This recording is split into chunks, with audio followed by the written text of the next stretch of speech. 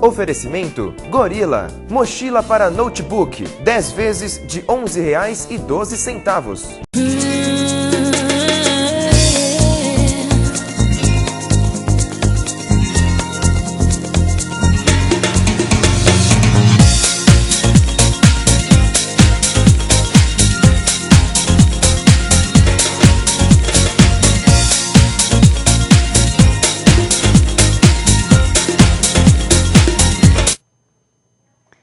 Boa noite, pessoal. Bem-vindos a mais uma Oficina do Corpo. Eu sou Mônica Feliciano e hoje eu vou continuar falando sobre um tema que é um tema atual, né? Sobre a vacina. Então, existe uma campanha de vacinação H1N1 e a semana passada eu falei sobre o mesmo tema, sobre a vacinação, e acabei falando também que essa vacina, ela foi reproduzida através de uma pandemia que aconteceu no Brasil em 1918, né? Algumas pessoas me perguntaram, então, se valeria a pena ou não tomar a vacina. Veja, a campanha é uma campanha nacional, mas muitas pessoas respondem bem, sem nenhum tipo de reação gripal ou resfriado forte, durante o inverno. Portanto, vale a pena que você observe bem no seu organismo. Eu acho que hoje, a minha opinião é, o maior risco são com as condições sanitárias que a gente tem em algumas cidades, por exemplo, como Santos, né, onde a epidemia está diretamente relacionada à dengue. Famílias inteiras, né, sendo afetadas por esse mosquitinho. E aí, continuando o tema, eu pediria a vocês que também tivessem a oportunidade de visitar o site do Ministério da Saúde, que explica direitinho a campanha e quais foram as condições que o Ministério adotou para desenvolver a campanha e para ter o maior número de vacinas possível, qual é o tipo de divisão por faixa etária e quais são também os grupos mais indicados para tomarem a vacina, né? O site é http://portal.saude.gov.br. Lá você encontra 54 perguntas comuns relacionadas à curiosidade sobre esse tipo de campanha, sobre esse tipo de vírus, sobre a vacina em si e o empenho do Ministério e também quais são as contraindicações, né? A campanha vai até dia 21 de maio e a única contraindicação é para pessoas que são alérgicas a ovo, né? Bom, voltando ainda na história das vacinas, eu queria dizer o seguinte, que lá na China foi inventado um primeiro método de prevenção de doenças através da secagem das casquinhas da varíola. E a varíola foi, assim, algo que durante alguns séculos, né, abalou a humanidade. No Brasil também nós tivemos casos impressionantes de se estudar e na tentativa de se prevenir mortes por varíola. Uma delas aconteceu em 1804, quando o Marquês de Barbacena traz para o Brasil escravos, não é? E para que houvesse o maior número de perdas humanas, o maior número de poupar vidas, digamos assim, ele então dizia dentro do navio que os sadios deveriam fazer um corte no braço e encostar na ferida daquele que estavam doentes, para tentar, inclusive, ter uma reação mais leve da doença. Então, durante a viagem, assim, o vírus foi transmitido e depois em terra ele foi estudado. Isso é uma tentativa realmente bastante corajosa e aquelas pessoas que estavam lá, infelizmente, não tinham outros recursos a não ser se submeterem a essas ordens. Um século depois, em 1904, no Rio de Janeiro, através do sanitarista Oswaldo Cruz, houve assim um abalo no governo muito grande quando ele diz o seguinte: olha, temos que prevenir as mortes que vêm ocorrendo por conta da varíola, por conta de várias doenças que ocorrem devido às más condições sanitárias. Veja, isso não é uma novidade para a gente. Infelizmente, nós sabemos que é justamente as graves condições relacionadas à insuficiência da rede de água e de esgoto, da coleta precária de resíduos humanos, né, do lixo, Naquela época, então, havia muitos cortiços. Hoje nós temos favelas ou temos povoados que crescem, né, numa determinada situação não humana, não favorável à saúde humana. E aí, nesses ambientes, em 1904, proliferavam doenças como tuberculose, sarampo, tífano, hanseníase e uma população de ratos muito grande, né? Então, Oswaldo Cruz, meio que revoltado com essa coisa toda, diz que é o seguinte: olha, nós temos que vacinar, nós temos que limpar as casas, nós temos que dar um jeito na população, porque eles estão morrendo, todo mundo está ficando doente. E aí ele convenceu o governo de que sim, de que deveria ser feita uma campanha muito grande. O problema foi que as pessoas eram não só obrigadas, mas elas eram despejadas à força, através de um policiamento, através de um apoio militar da própria casa. E aquelas casas que realmente não apresentavam condições ideais eram derrubadas.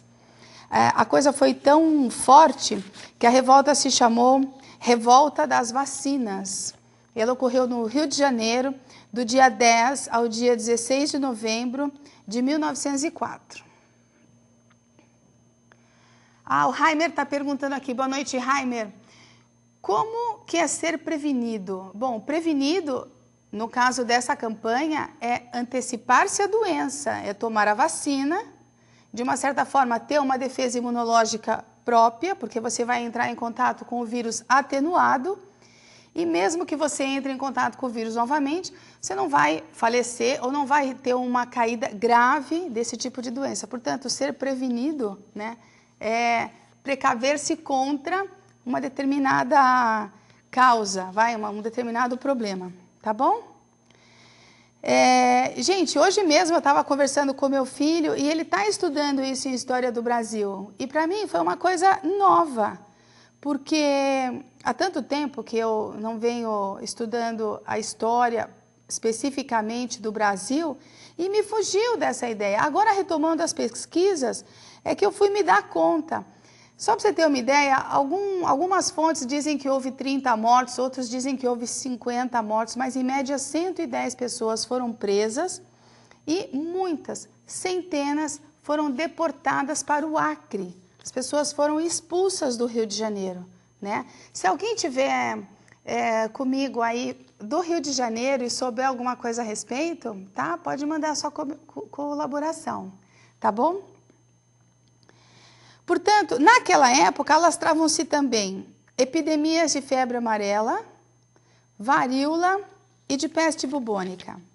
Gente, não foi uma coisa simples, foi realmente algo muito desastroso para a população e houveram essas mortes, as pessoas, inclusive, revoltadas, incendiavam pontos comerciais, derrubavam bondes, na época eram bondes, né? Saqueavam alguns lugares, ou seja, houve um caos no Brasil porque a população se revoltou. Muito bem, decidido a sanear e modernizar a cidade, o então presidente Rodrigues Alves foi de 1902 a 1906, ou seja, ele pegou bem a metade desse problema na gestão dele, deu poderes ao prefeito Pereira Passos no Rio de Janeiro, e também a Oswaldo Cruz, para executar esse grande projeto sanitário. Ou seja, o presidente disse, bom, façam o que for melhor para a cidade, mesmo que as pessoas hoje estejam revoltadas. O Pereira Passos, portanto, o prefeito, pôs em prática uma ampla reforma urbana, conhecida como Bota Abaixo, em razão das demolições de velhos prédios e cortiços que deram lugar a grandes avenidas, edifícios e jardins que hoje a gente não imagina como eram no passado. Milhares de pessoas pobres foram desalojadas à força, sendo obrigadas a morar nos morros e na periferia, coisa que hoje não é diferente. Então, essa questão da falta de moradia a quem hoje não tem recursos é algo que, mesmo em 2010, o governo ainda não conseguiu sanar. E não só a questão da moradia, mas a educação e, no caso especificamente, as questões de prevenção e de saúde.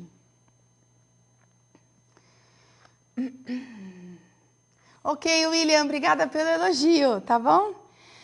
Oswaldo Cruz foi então convidado a assumir a Direção-Geral de Saúde Pública. E aí, ele criou um plano estratégico chamado de Brigadas Mata-Mosquito. Mais ou menos assim o que hoje se faz com as campanhas contra a dengue, por exemplo, não é mesmo?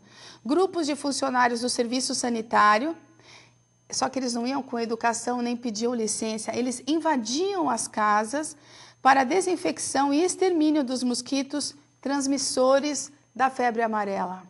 E essa coisa rude, essa coisa à força é que revoltou a população.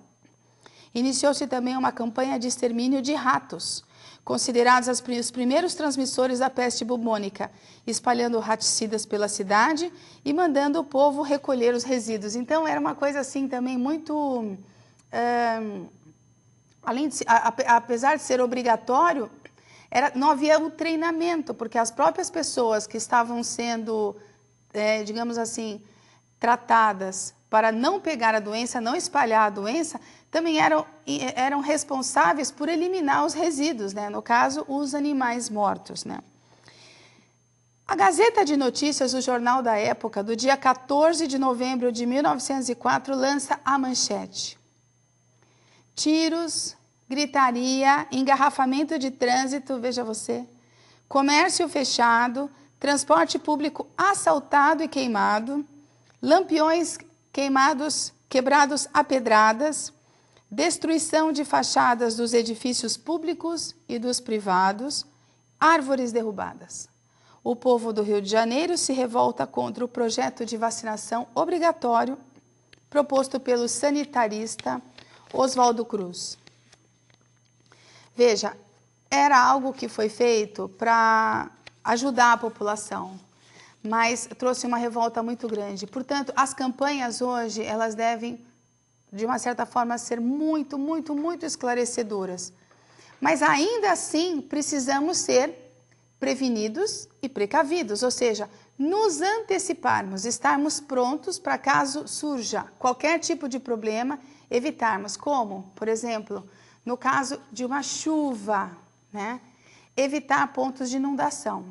Claro, se você sabe que você vai até um determinado ponto de inundação, é muito importante que você saiba contornar uma determinada situação e, às vezes, adiar a sua ida a esses lugares.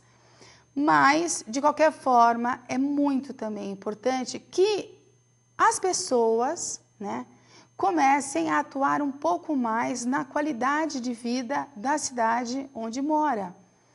Nas questões de higiene, no próprio trato com o lixo, né? Quer dizer, de modo que o lixo que se joga fora não se espalhe, ou então não seja alvo de extermínio também e uso para animais que não têm assim, nenhum tipo de dono, cachorro, gato, porque às vezes você deixa o lixo num determinado lugar e esses animais vão lá buscando alimento e rasgam mesmo, não só papel como plástico, e o lixo se espalha, né? Então, é uma coisa assim que eu gostaria muito que as pessoas tivessem uma conscientização.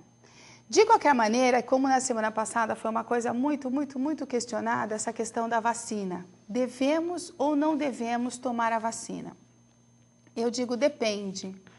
No passado, não se viu grandes epidemias relacionadas à gripe ou a vírus de resfriado, influenza, como se diz na Europa, mas sim a problemas específicos como a dengue. Não é a primeira vez que a gente ouve falar que a dengue alastra ou traz uma epidemia para uma cidade inteira. Nós já ouvimos isso no Rio de Janeiro, já ouvimos em São Paulo, já ouvimos em vários lugares e agora, inclusive, em Santos, né?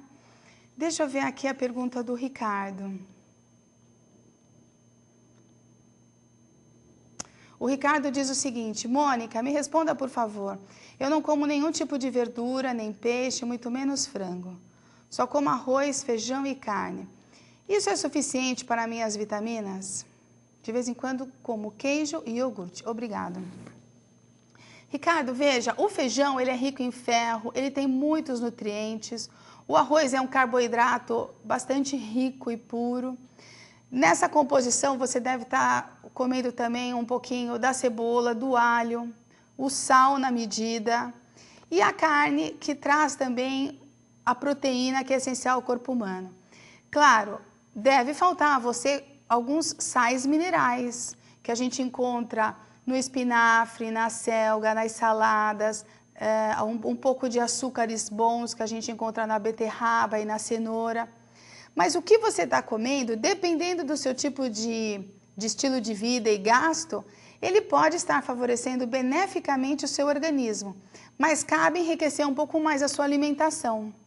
Veja, o feijão ele é rico. Se a gente for pensar na alimentação do bebê, depois que ele passa pelo período de deglutição, começa a engolir frutinhas, depois começa a comer salgados. A primeira coisa que o pediatra pede é batata amassada tipo purê com o caldinho de feijão. E o bebê fica semanas, às vezes 1 ou 2 meses, nesse tipo de alimentação. E depois a gente vai acrescentando um pouco mais de nutrientes.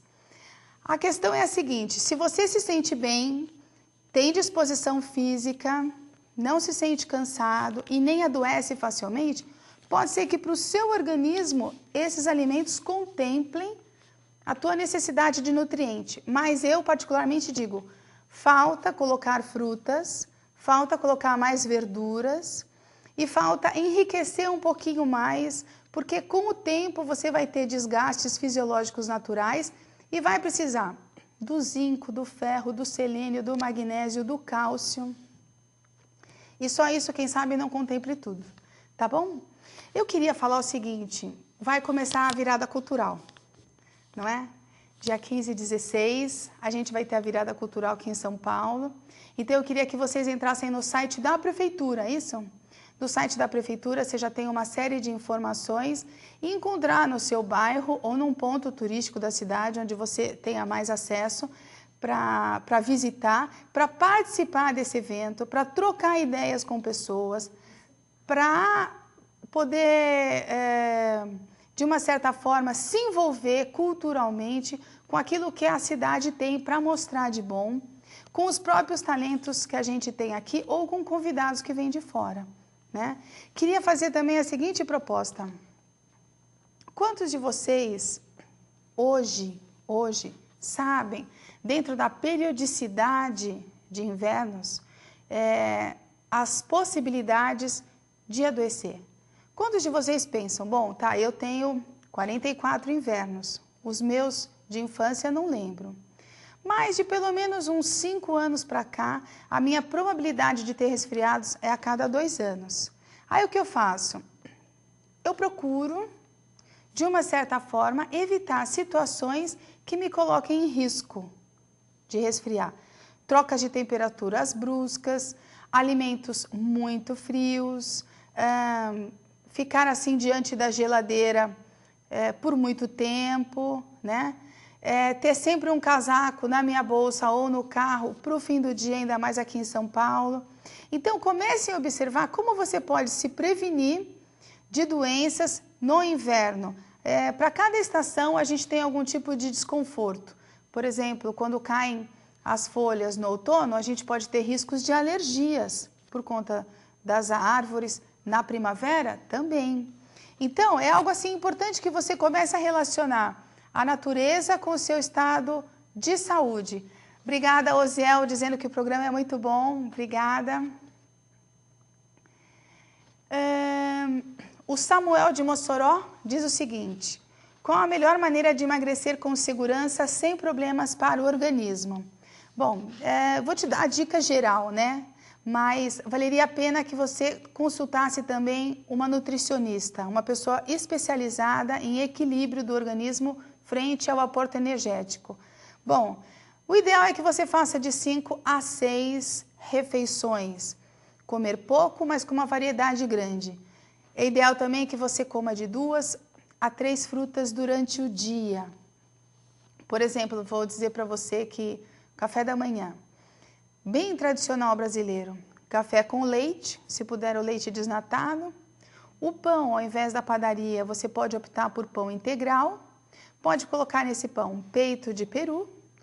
Pode colocar nesse pão também ovo, ou um ou outro, né?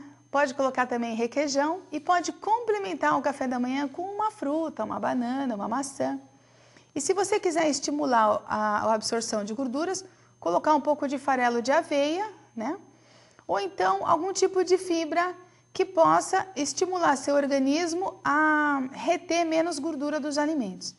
No lanche do meio da manhã, a minha sugestão, ela varia entre mais uma fruta ou um suco de fruta e algum tipo de antioxidante, né? Uma gordura positiva, por exemplo, castanha de caju, castanha do Pará, nozes, né? De 3 a 4. O almoço também típico brasileiro, arroz, feijão, aí você escolhe entre carne, peixe ou frango, verduras cozidas, espinafre, acelga, né? As verduras cruas, você pode anteceder com uma salada também, né? E finalizar com uma sobremesa também de fruta, tá? No meio da tarde, você pode voltar para a fibra, você pode voltar para a fruta com farelo de aveia, você pode voltar para o suco, você pode voltar para o iogurte, você vê, são coisas leves. Durante o dia, até 3 copinhos de café, caso você goste de café. Durante o dia também, cerca de 4 copos de água. E no final do dia, na ceia, você pode tomar um chá com torradas integrais.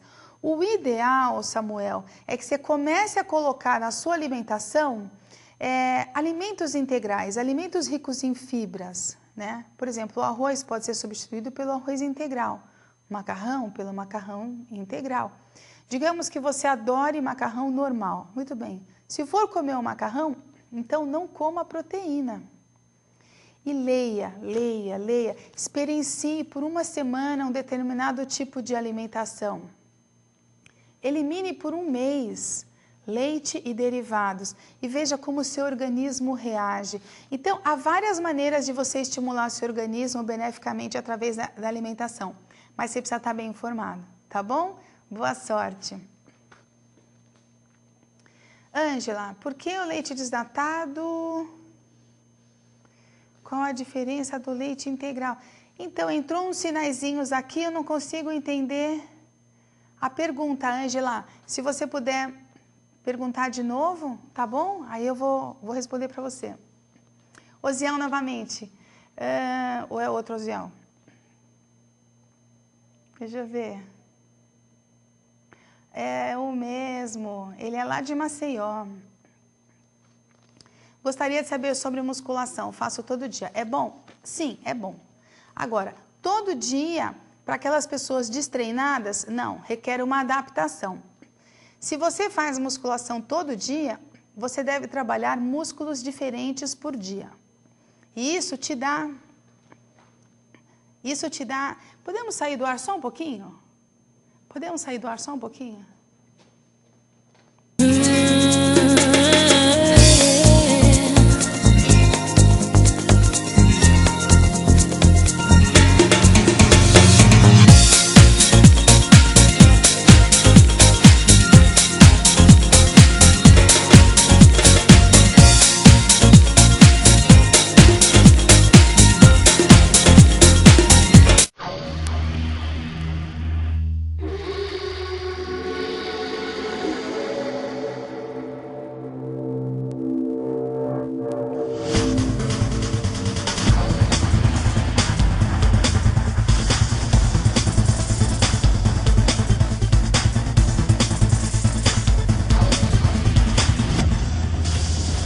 Promoção do Gorila, Blu-ray LG, com acesso ao YouTube e com várias ferramentas de interatividade por apenas R$ 899 à vista ou em até 12 vezes de R$ 84,96 no cartão de crédito. Acesse agora www.gorila.com.br.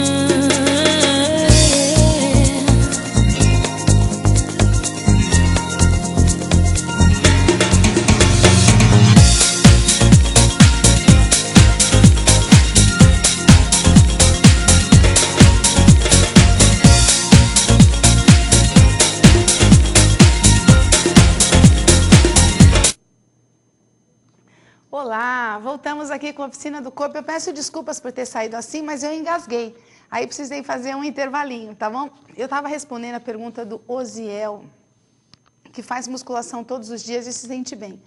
Sim, é bom, desde que você varie os grupos musculares, desde que você não entre num nível de estresse e repetição que possa promover ou te dar a possibilidade de lesão, né? Então, lembra que a musculação, ela é realmente um exercício muito interessante para a musculatura local, não traz benefícios para a parte cardiorrespiratória, coração e pulmão, mas ela coloca em risco todos os tecidos relacionados às articulações, tá? Tendões, ligamentos, inserções musculares e as cápsulas. Tá bom, Osiel? Obrigada e continua fazendo musculação. Elisete, quero emagrecer, mas tenho ansiedade. O que fazer e por onde começar? Bom, a ansiedade, ela pode ser benéfica, porque você, através do exercício, vai reduzir essa ansiedade, uma vez que você vai estar gastando energia e, por consequência, equilibrando o seu organismo como um todo, tá? Como começar? Bom, aí depende de uma série de condições. Disponibilidade financeira. Você pode fazer uma pesquisa das academias ou dos lugares de fitness, ou mesmo hoje em dia estúdios de yoga, de pilates, perto da onde você mora ou perto do seu trabalho. Yoga e pilates é uma coisa muito interessante porque favorece a concentração corporal e aí você pode ter uma redução da ansiedade por conta dessa conscientização de como respirar melhor, de qual parte do corpo você está trabalhando, entende? E para emagrecer, Elisete, você precisa fazer um programa também de reeducação alimentar.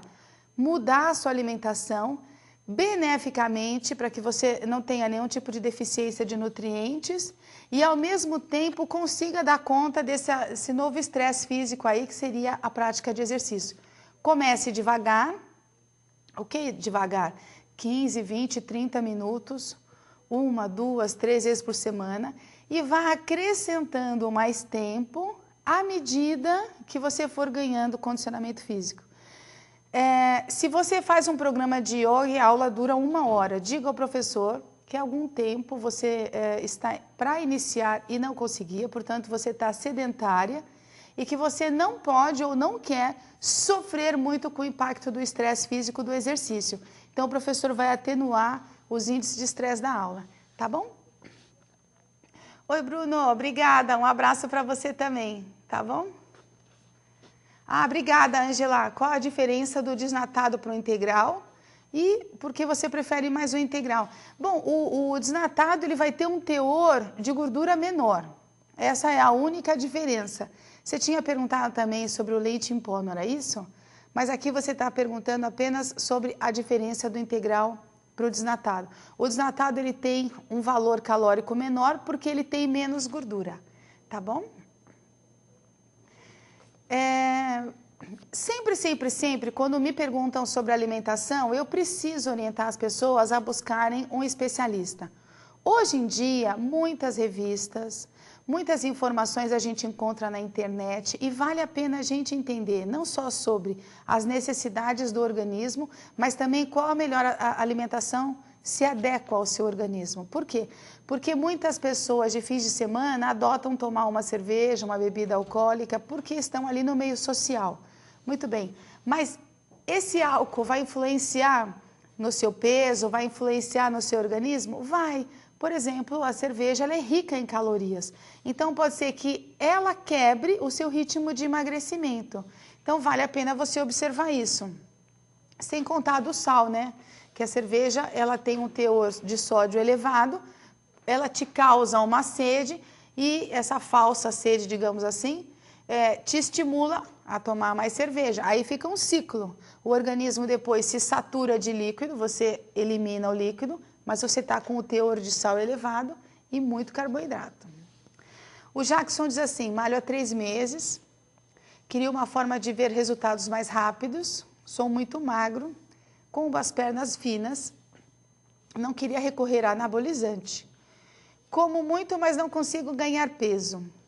por favor, me ajude. É a primeira vez que estou ouvindo o programa e estou adorando. Obrigada, viu, Jackson? Olha, o exercício que promove uma hipertrofia é um exercício muito pesado, né? Você faz musculação, não é isso? Há 3 meses. Então, é pouco tempo para você ver resultado, sabe? 3 meses, eu te digo que é o período de iniciação, é o período base para você se adaptar. Então, eu diria que você deve conversar com o professor da academia e também com um nutricionista para enriquecer sua alimentação.